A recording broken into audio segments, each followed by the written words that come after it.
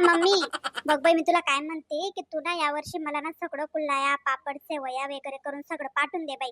मी यावर्षी इथं काय करणार नाही. तुला तर माहिती माझी सासू ना अजिबात कशाला हात लावत नाही.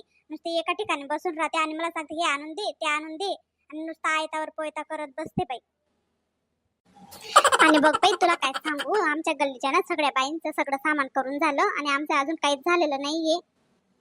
कसं होणार का बाई आमचं? ही बाई जर मला काहीच करू लागत नाही, घराचं पण सगळं काम मला करावं लागतं आणि ते सामान करायचं म्हटल्यावर म्हणजे स्वयंपाकाचं तर राहूनच जातं ना, मग ते तर सकाळी सकाळी करावं लागतं. आणि आता ऊन किती लागतं बाई, दुपारी तर अजिबात होणार नाही बाई माझ्याकडून. बाई ग किचन मध्ये एवढा पसारा पडलेला आहे. पम्मी काय करते सकाळपासून?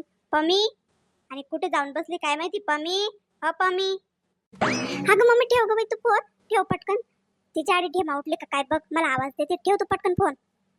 काय गो पम्मी, इथं काय करत बसली तू? तुझ्या बडबडाचा आवाज येत होता मला. कोणासोबत बडबडत होती तू? काय नाही आई, माझ्या मम्मीचाच फोन चालू होता, त्यांच्या सोबत बोलत होते मी फोनवर.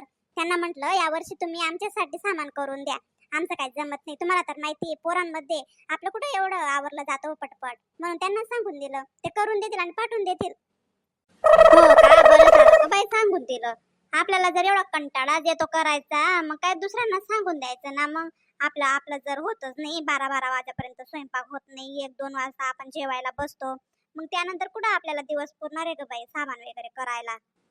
हो आई, तसं नाही. पोरं कुठं सुधरू देत आहो काम पटापट. तुम्हाला तर माहिती आहे ना, ही कुठं काय सांगतो दुसरं कुठं काय सांगतो.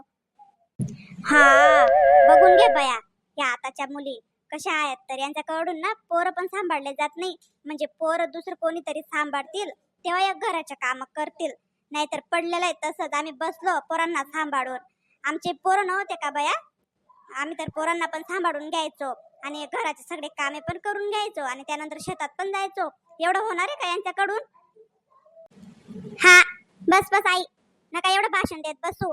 माहिती सगळं तुम्ही किती काम केलेले आहेत. माहिती मला सगळं तुमचं. तुम्ही शेतात कामाला जायचे तेव्हा पोरांना घरी टाकून जायचे आजी बाबाकडे. आजी बाबा सगळे बघायचे त्यांचं खायचं प्यायचं आंघोळीचं. तुम्ही काय करायचे हो? फक्त स्वयंपाक करून घ्यायचा, डबा बांधून घ्यायचा आणि शेतामध्ये कामाला जायचं आणि पोरांचं तर आजी बाबाच बघायचे ना. हे तर मला सगळं माहिती आहे. आणि आता तर सगळं आमच्यावरच तुम्ही थोपून देता. पोरांना पण सांभाळा, काम पण करा, कुरडया पापड पण करा आणि तुम्ही बसून राहा मस्त सोप्यावर मोबाईल बघत. बास झालं ग बास. एवढी कचकच कचकच कायची सारखी चालते ना तुझी जीभ, तिला आवरून घे, नाहीतर बघ चांगलं होणार नाही. कोणी सांगून ठेवलंय तुला? शेतात मी जायची, पोरांना घरी टाकून जायची आजी बाबा जवळ. आजी बाबांना एक माणूस लागून जायचं तेव्हा सांभाळायला. माझ्या पोरांना काय सांभाळणार आहेत ते? मीच सांभाळून घेतलं होतं त्यांना आणि काम पण करायची सगळं करायची. कोण बोललं ग तुला असं? ग नाव सांग मला त्याचं. कोणी नाही बोललं, मला माहिती सगळं काय होतं तर, काय काम करायचे नाही करायचे ते. अगं नाव सांग तू ग पटकन ग मला. ग कोणी सांगितलं तुला तर? नाही, त्याचा हात पाय मोडून एका कोपऱ्यात बसवलं तर नावाची फुगी नाही मी. हा, सांगून देते तुला. बस बस आई, बस झाला आता. अहो आजच्यासाठी एवढंच. लोक बघताय आपल्याकडे. अहो ते माथा थंड करा आणि तिकडे बघा. हा मित्रांनो, तर कसा वाटला तुम्हाला आमचा आजचा पहिला व्हिडिओ?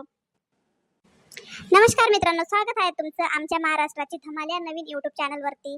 तर मित्रांनो, आम्ही हा चॅनल चालू केलेला आहे तुमच्यासाठी, तुमच्या मनोरंजनासाठी. आणि आमचे असेच व्हिडिओ बघून तुमचं जर थोडा जरी मनोरंजन होत असेल तर आमच्या व्हिडिओला लाईक आणि कमेंट नक्कीच करा. आणि त्याचप्रमाणे असेच व्हिडिओ बघण्यासाठी आमच्या चॅनलला सबस्क्राईब करा. धन्यवाद.